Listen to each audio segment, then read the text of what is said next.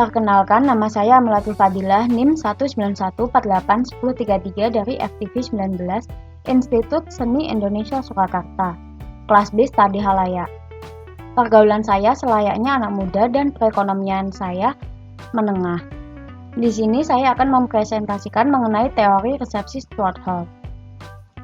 Teori resepsi adalah teori yang menekankan pada peran halayak dalam menerima pesan, bukan pada peran pengirim pesan. Analisis ini mencoba memahami bagaimana halayak memaknai pesan yang disampaikan oleh media sehingga halayak tersebut menerima dan mengikuti pesan yang didapatkannya. Sehingga analisis ini lebih berfokus pada halayak itu sendiri. Purwodarminto menjelaskan bahwa persepsi adalah tanggapan langsung dari suatu serapan atau proses seorang mengetahui beberapa hal melalui penginderaan. Begitu pula menurut Rudolf F. Persepsi merupakan proses menafsirkan informasi yang didapatkan secara indrawi. Dijelaskan pula dalam Audience Reception Theory bahwa halayak dalam hubungannya berinteraksi dengan teks media melakukan kegiatan penerimaan dan pemaknaan terhadap isi pesan yang disampaikan oleh media. Pesan-pesan dari media yang merupakan gabungan dari simbol, tanda, makna, di mana pemaknaan utama atau preferred reading sudah ditentukan, tetapi masih berpeluang pesan tersebut diterima dengan cara berbeda dari pesan tersebut dikirimkan. Preferred reading adalah makna dominan atau makna terpilih dari sebuah teks.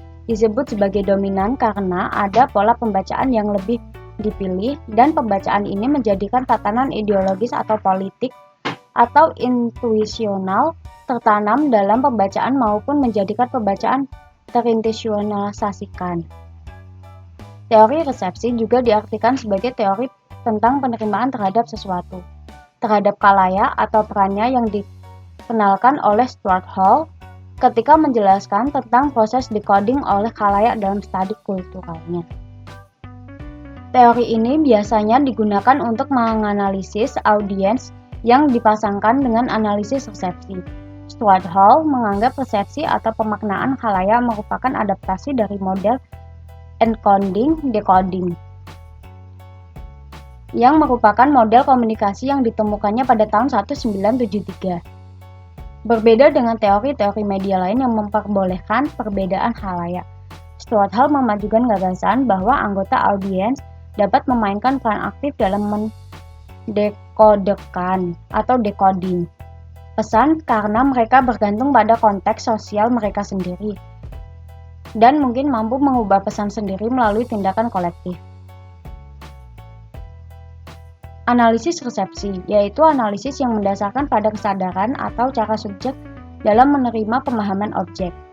Analisis resepsi dapat melihat mengapa khalayak memaknai suatu secara berbeda, faktor-faktor apa yang mempengaruhi perbedaan tersebut, dan konsekuensi sosial apakah yang muncul. Analisis resepsi menaruh perhatian terhadap keadaan-keadaan sosial yang spesifik di mana pembacaan berlangsung.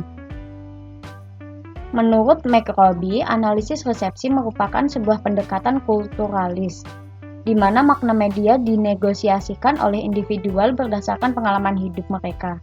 Dengan kata lain, pesan-pesan media secara subjektif dikonstruksikan khalayak secara individual. Teori resepsi mementingkan pendapat halayak dalam sebuah isi media ataupun karya. Bisa pendapat umum yang bisa berubah-ubah terhadap suatu karya.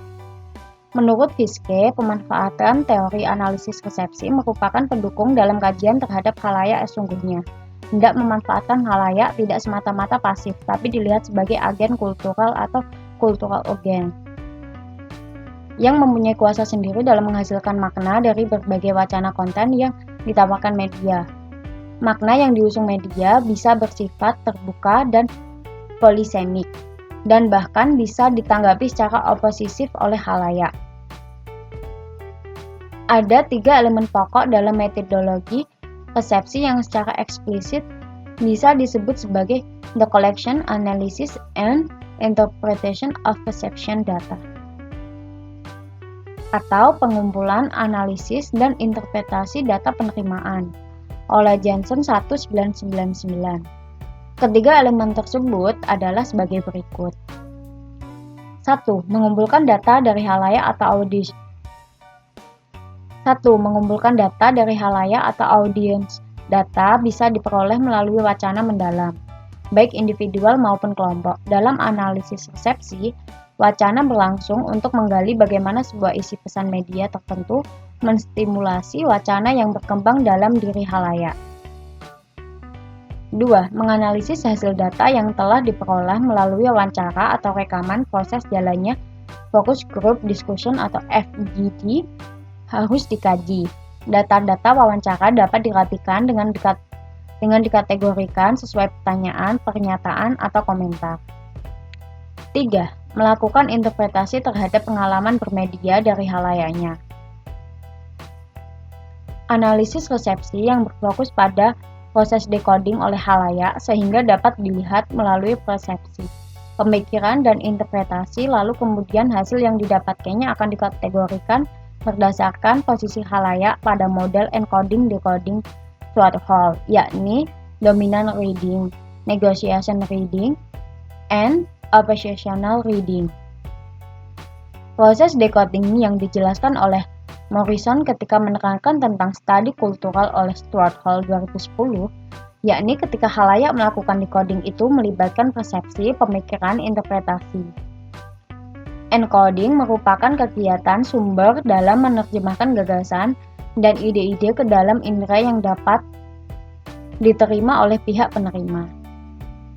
Decoding adalah kegiatan untuk menerjemahkan atau menginterpretasikan pesan-pesan fisik ke dalam suatu bentuk yang memiliki arti bagi penerima.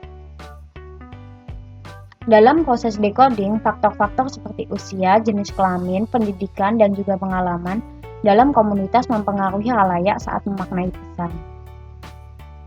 Saat saya menonton film Kucumbu Tumbuh Indahku yang berisi tentang penyimpangan pada kehidupan pada umumnya, saya mencoba menerima dan mencoba mencari tahu tentang beragamnya kehidupan yang ada di dunia. Dan saya menerimanya sebagai sesuatu yang berbeda dan tak patut untuk dipandang sebelah mata.